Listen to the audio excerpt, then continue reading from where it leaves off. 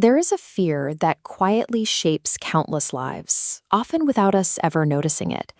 It hides behind hesitation, overthinking, people-pleasing, perfectionism, and the desperate need to be liked.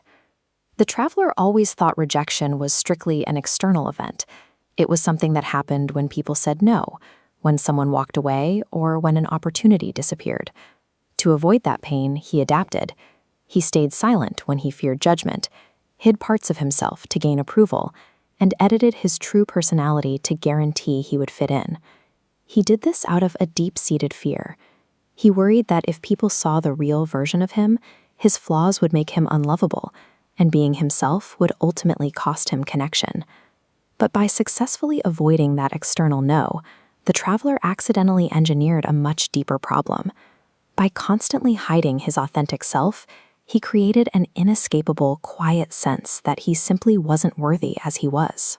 He was playing it safe, and he was getting the external approval he sought, yet he still felt the exact same deep pain of feeling unwanted. This raised a fascinating question. If no one was actually rejecting him, where was all this emotional suffering coming from?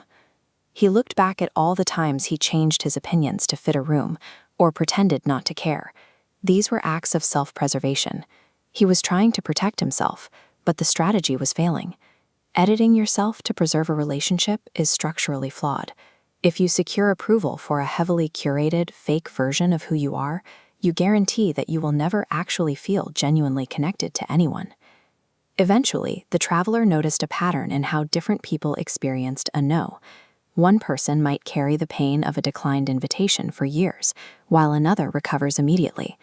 The objective event of rejection is separate from the subjective meaning we attach to it, creating two diverging paths. The first pathway treats rejection as neutral data, a simple mismatch.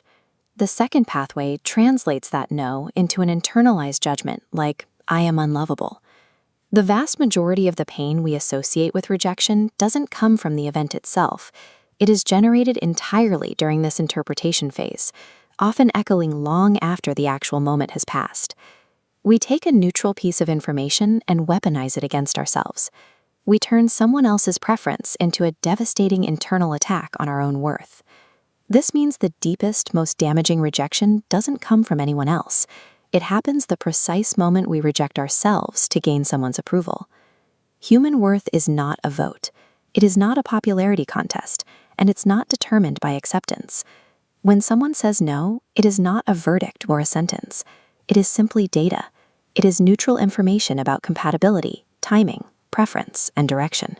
When you stop viewing rejection as a personal judgment and start seeing it as objective information, it stops being a fatal blow.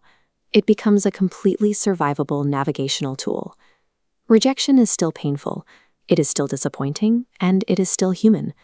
But because it no longer defines the traveler's core identity, it is no longer a threat. This leaves every heart with a choice.